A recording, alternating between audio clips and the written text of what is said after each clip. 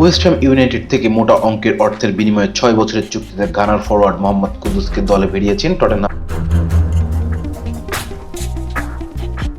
ইউএসপিএন জানিয়েছেন, অর্থযুগের চুক্তিতে দলে ভেড়াতে কুদ্দুসের পেছনে টটেনহামের খরচ প্রায় 55 মিলিয়ন পাউন্ড, 165.35 টাকা হারে বাংলাদেশি মুদ্রায়, যা 909 কোটি 40 লাখ টাকার বেশি। এবারের দল বদলে 24 বছর বয়সী কুদ্দুস ছিলেন চেলসির নজরে, তবে শেষ পর্যন্ত তাকে দলে ভেড়াতে সফল হয়েছেন Tottenham coach Thomas Frank. West হ্যামে যোগ দেওয়ার আগে তিনি ছিলেন ডাচ ক্লাব আয়াক্সে। টটেনহামে যোগ দিয়ে আনন্দিত কুদ্দুস বলেন, এখানে আসতে পেরে ভালো লেগেছে, আমি অনেক খুশি এবং মাঠে নামার জন্য অপেক্ষায় আছি। একাধিক ক্লাবে আগ্রহের কেন্দ্রবিন্দু থাকলেও কুদ্দুস কেন টটেনহামকে বেছে নিলেন সেটারও করেছেন খোলাসা।